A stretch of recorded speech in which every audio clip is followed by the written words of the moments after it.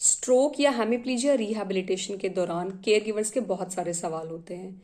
सबसे ज़रूरी और सबसे पहला सवाल जो ज़्यादातर केयर गिवर्स या रिलेटिव्स हमसे पूछते हैं कि कितना टाइम लगेगा रिकवरी में।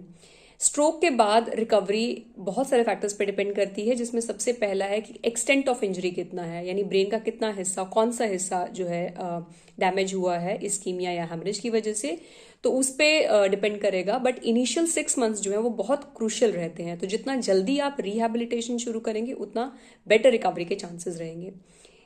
दूसरा सवाल पूछा जाता है कि क्या मोबिलिटी या इंडिपेंडेंट वॉकिंग आ जाएगा, क्या इंडिपेंडेंट हैंड फंक्शन आ जाएगा।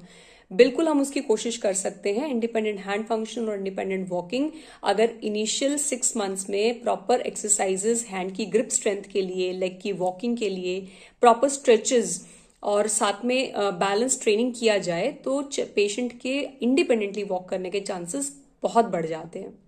और अगर आपका जो इनिशियल स्टेज पे ब्लैडर कंट्रोल वगैरह सब सही है, आप पेशेंट मूव कर पा रहे हैं अपनी फिंगर्स को हल्का फुल्का, तो उनकी रिकवरी और फास्ट होती है। अगला सवाल ज्यादातर लोग पूछते हैं कि स्टेज में पेशेंट्स बहुत सारे इमोशनल स्ट्रेस से गुजर रहे होते हैं, तो उसमें वो कैसे मदद कर सकते हैं जो फैमिली मेंबर्स हैं।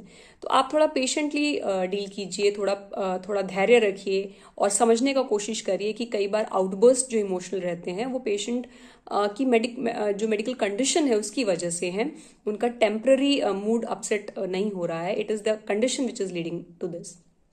एक लास्ट सवाल जो कई बार लोग पूछते हैं कि डाइट में हम क्या चीज़ ऐड कर सकते हैं जो रिकवरी में हेल्प करे।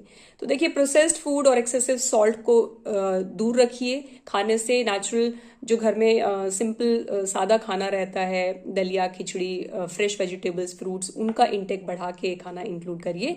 ज़्यादा तला हुआ, ज़्यादा नमकीन खाना अवॉइड करिए। Thanks for watching.